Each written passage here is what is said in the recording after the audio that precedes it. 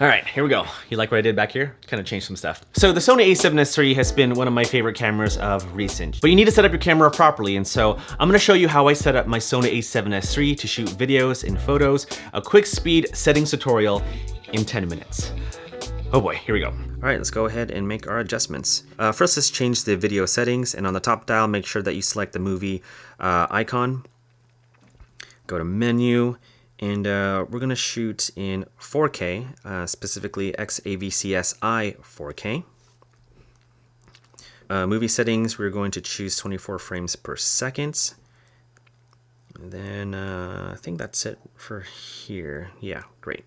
And then going down, record media settings, I leave there.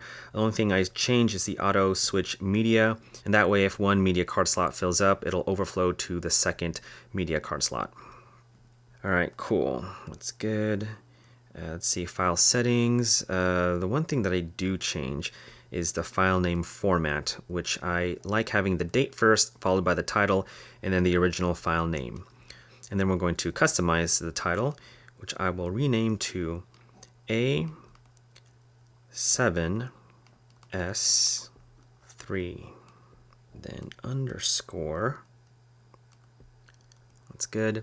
And that way, if you look at the bottom, every video file will be labeled by the date, followed by the type of camera that I'm using, which is obviously this camera, and then followed by the original file name.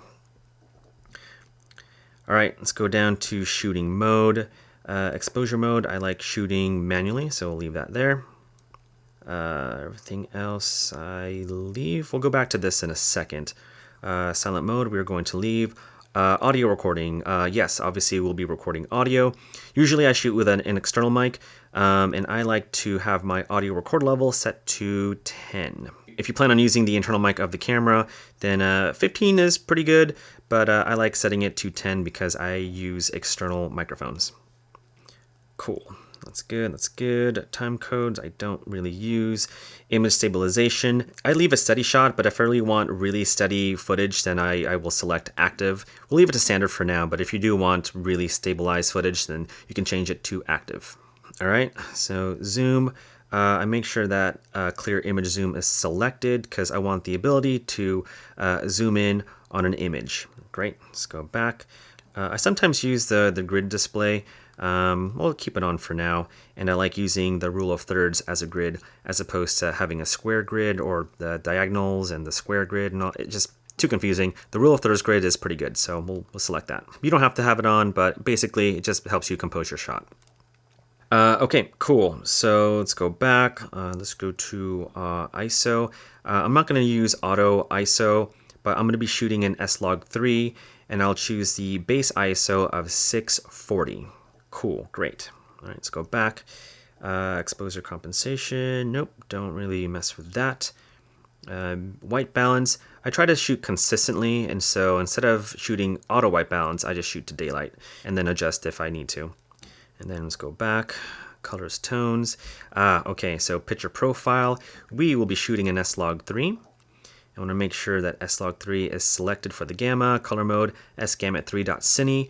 And I want to make sure the detail is set to -7. Great. And if you don't want to shoot an S-Log3 and you just want to shoot videos that look good straight out of the camera, then I would suggest turning off your picture profile and change your creative look to neutral, because I found that neutral is the most natural of all the creative looks. But I like shooting an S-Log3, and so we're going to choose the picture profile PP8. Cool. Oh, and since we're shooting in 24 frames per second, we want to make sure that our shutter speed matches accordingly. The rule is you want to make sure you double the frame rate in your shutter speed, and since we're shooting in 24 frames per second, our shutter speed should be 1/50th of a second. There we go. And as far as aperture goes, which is that number in the middle, I like shooting at the lowest aperture possible, and so the lowest I can go is f2.8, and we'll leave that there. Great. Cool, great. All right, let's move on. The autofocus mode, I leave everything the way it is by default. That looks good. Focus area, I usually set to wide, and I can change it accordingly if I want to. And as far as focus area limit goes, there are several focus area guides that I like using. I like using the wide, the zones, the center, and the spot. I don't use the last three options, and so I can just uncheck that there. Everything else I leave the same. Face eye autofocus, I just leave to the default settings. Autofocus assistant. The only thing I changed with that one is the initial focus magnification, which I like using ×4. Basically, if I'm focusing manually, it'll zoom in ×4 so that I can look closely and make sure that whatever I'm focusing on is indeed in focus. Okay, and that's it for that. Playback. The only thing that I change in playback is the playback option. Sometimes if I need to look for a clip or a photo, I like to jump instead of going one by one. And so to do that, just make sure to change the image jump method and change from 1 by 1 to 10 images. Or if you want, you can skip by 100 images or video files, or even just skip to the videos and photos that you rated. But for me, I like jump skipping by 10. Okay, and then let's see, this is just for network settings. If I want to connect my camera to my phone via the Sony app, we'll skip that for now since we're just focusing on the video and photo settings of this camera. And then down over here for the setup options. In this section over here, operation customization, this is going to be all preference, really. This allows you to customize certain buttons all around the camera.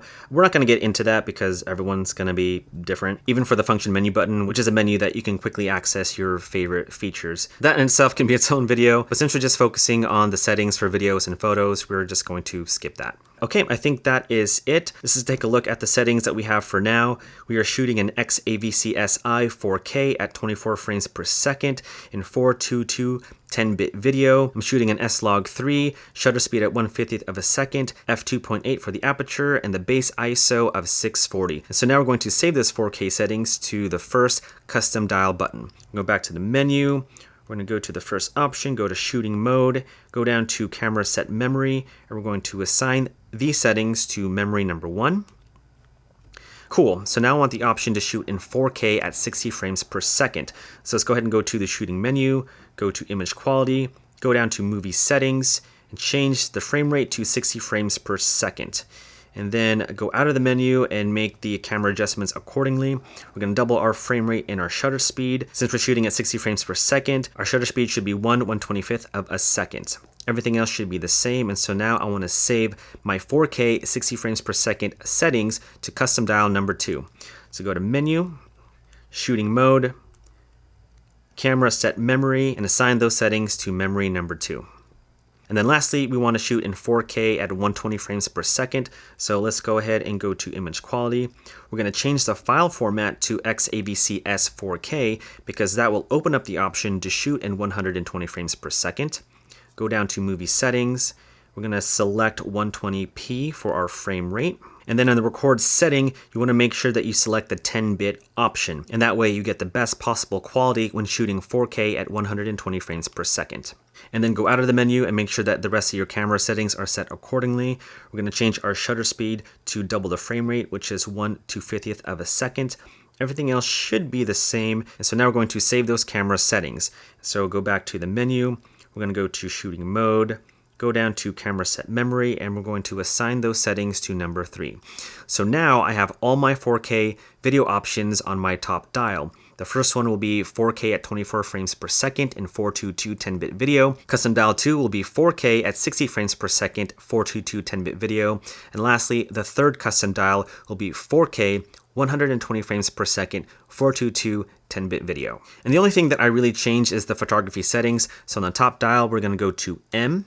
I want to make sure that my picture profile is turned off, and that is. And then we're going to go into menu. We're going to go to image quality, and we want to make sure that the file format is set to RAW because that is what I prefer. You can shoot RAW and JPEGs at the same time, but I much prefer shooting in RAW.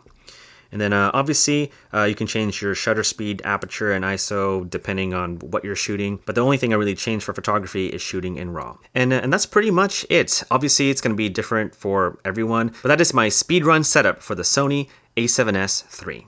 So those are my video and photo settings for the Sony A7S III. Obviously not an in-depth tutorial on how I set up everything with the camera. If you do want a more in-depth tutorial, then let me know in the comments below and I will probably take a few hours to do that. I don't really want to, but if you want it, then let me know. I want to change this plant. I'm not sure how I feel about this plant. Yeah, maybe I'll go change it. Well, thanks for watching. Thanks for hanging out. Thumbs up if you enjoyed the video. Subscribe to the channel if you haven't already. Would love for you to be a part of this community. Hit the bell so that you get notified for upcoming videos, and I will see you guys in the next one. Bye!